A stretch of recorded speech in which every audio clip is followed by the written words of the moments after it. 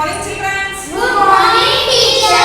ಇವತ್ತು ನಾವು 4ನೇ ತರಗತಿಯ ಒಂದು ಇಂಗ್ಲಿಷ್ ಅಧ್ಯಾಯವನ್ನ ಲೆಸನ್ ಅನ್ನು ಅಭ್ಯಾಸ ಮಾಡೋಣ.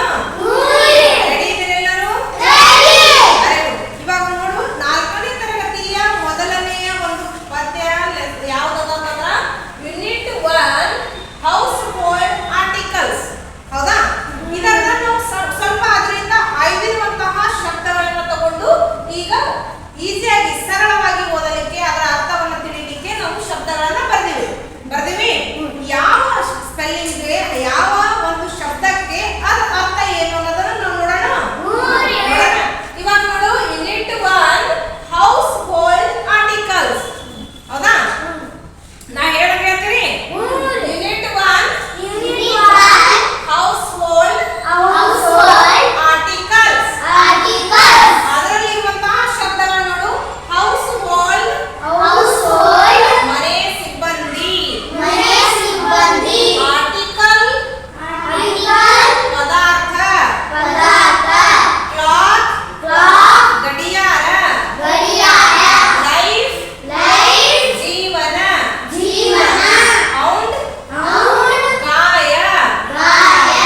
ಒನ್ಸ್ ಒಂದು ಸಲ. ಮ್ಯಾನ್ ಮನುಷ್ಯ. ಪವರ್ ಶಕ್ತಿ.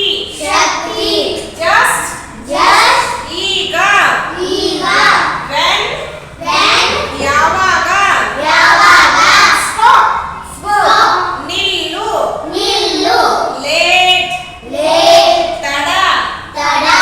ಅರ್ಲಿ ಬೇಗ. ಅವರ್ ತಾಸು.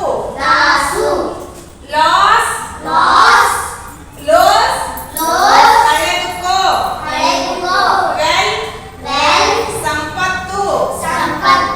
ಹೆಲ್ತ್ ಆರೋಗ್ಯ. ಸ್ಯಾಡ್ ದುಃಖ. ಮೋರ್ ಹೆಚ್ಚು. ಸೋಲ್ ಆತ್ಮ. ಲಾಸ್ ಹಾನಿ. ರಿಸ್ಟೋರ್ ಹಿಂದಕ್ಕೆ ಕೊಡು.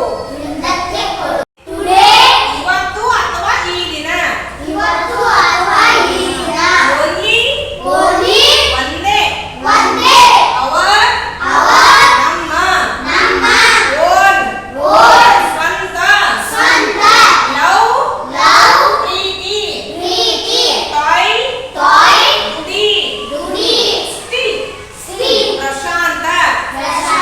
ಇವಾಗ ನೋಡ್ರಿ ಈ ತರ ಈ ಶಬ್ದಗಳದಾವಲ್ಲ, ಈ ಶಬ್ದಗಳಿಗೆ ನಾನಾರ್ಥಗಳದಾವ. ನಾವೇನ್ ಮಾಡಿವಿ ಅದರಲ್ಲಿ ಒಂದೊಂದನ್ನೇ ಅಂದ್ರ ನಮ್ಮ ಯೂನಿಟ್ಗೆ ನಮ್ಮ ಲೆಸನ್ಗೆ ಯಾವ ಅವಶ್ಯಕತೆ ಅಷ್ಟು ತಗೊಂಡು ಆಯ್ಕೆ ಮಾಡಿ ಬರ್ಕೊಂಡಿವಿ. ಹೌದಾ? ಇದನ್ನ ನಾವು ಓದಿ ಹೇಳೋಣ. ಯಾವ ತರ ಇಂಗ್ಲಿಷ್ ಅನ್ನ ನಾವು ಯಾವ ತರ ಸರಳವಾಗಿ ಓದ್ಬೇಕನ್ನ ಓದೋಣ. ತೆಗಿರೆಲ್ಲ textbook. Unit 1 household articles. The clock of life. ಇದನ್ನ ಬರೆದವರು ಯಾರಂತಂದ್ರ Robert Smith. The clock of life is found but once, and no man has the power to tell just when the hands will stop